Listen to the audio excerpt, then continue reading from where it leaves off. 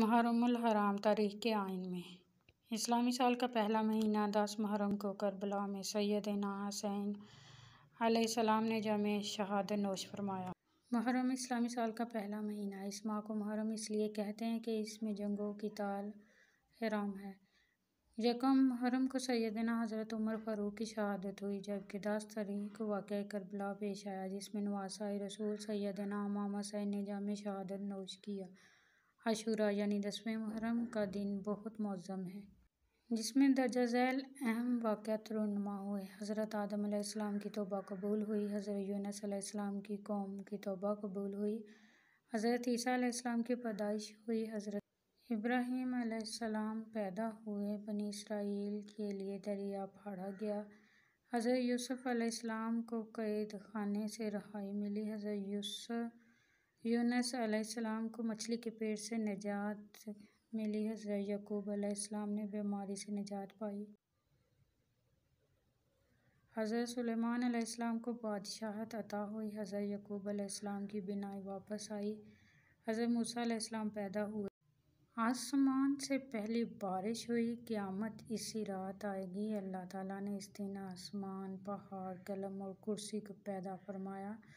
عاشوراء کے دن ہی صحابہ کا اپنی کروٹیں بدلیں۔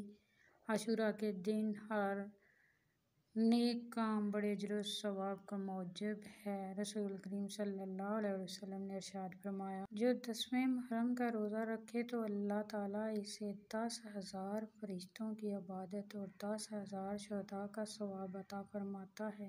سیدنا انس سے مروی ہے کہ تاجدار مدینہ نے فرمایا، جو شخص محرم کے پہلے جمعے کو روزہ رکھے تو اس کے گزشتہ گناہ معاف ہو جاتے ہیں۔ سیدنا عائشہ صدیقہ رضی اللہ تعالیٰ عنہا فرماتی ہیں، رحمت للعالمین نے فرمایا، محرم کے پہلے 10 روزے رکھے تو وہ فردوس اعلیٰ کا مالک ہوگا۔ جس رات محرم کا چاند نظر آئے تو جو شخص 2 رکعت نماز پڑھے، ہر رکعت میں سورۃ فاتحہ کے بعد سورۃ اخلاص 11 مرتبہ پڑھے اور سلام کے بعد سبوح و قدوس ربنا و رب الملائکۃ پڑھے تو بہت ثواب ملے گا۔ ایک اور روایت میں ہے کہ یہ کوئی 10ویں محرم کو 4 رکعت نفل اس طرح پڑھے کہ ہر رکعت میں سورۃ فاتحہ کے بعد 15 مرتبہ سورۃ اخلاص پڑھے تو اللہ تعالیٰ اس کے 50 سال کے گناہ اور 50 سال کے آئندہ گناہ معاف فرما دے گا، اس کے لیے نور کے ممبر بنا دے گا۔ عاشوراء کے دن بیمار پرسی کرنا بھی بہت اجر کا کام ہے۔ رسول کریم صلی اللہ علیہ وآلہ وسلم نے فرمایا، جو کوئی عاشوراء کے روز بیمار کی تیمارداری کرتا ہے گویا اس نے تمام بنی آدم کی تیمارداری کی۔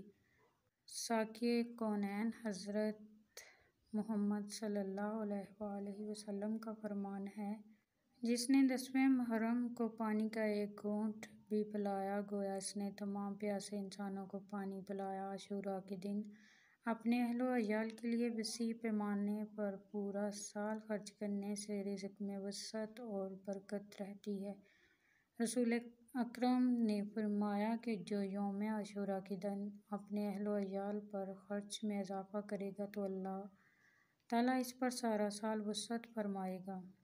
حضرت ابن عباس فرماتے ہیں کہ ہم نے اس کا تجربہ کیا تو وسعتیں پائی، لہٰذا مسلمانوں کو اس دن وسیع پیمانے پر خیرات کرنی چاہیے، اس سے رزق میں اضافہ ہوتا ہے اور خوشحالی کے دروازے کھلتے ہیں۔ عاشوراء کی رات جو کوئی 2 رکعت نفل اس طرح پڑھے کہ سورۃ فاتحہ کے بعد ہر رکعت میں 3 مرتبہ سورۃ اخلاص پڑھے تو اللہ تعالیٰ اس کی قبر روشن رکھے گا۔ رحمت دو عالم نے فرمایا، جو شخص عاشوراء کے دن یتیم کے سر پر ہاتھ پھیرے گا تو اللہ تعالیٰ اس کے لیے یتیم کے سر کے ہر بال کے بدلے 1 درجہ بلند فرمائے گا۔ عاشوراء کے دن غسل کرنا بیماری سے بچاؤ کا سبب ہے۔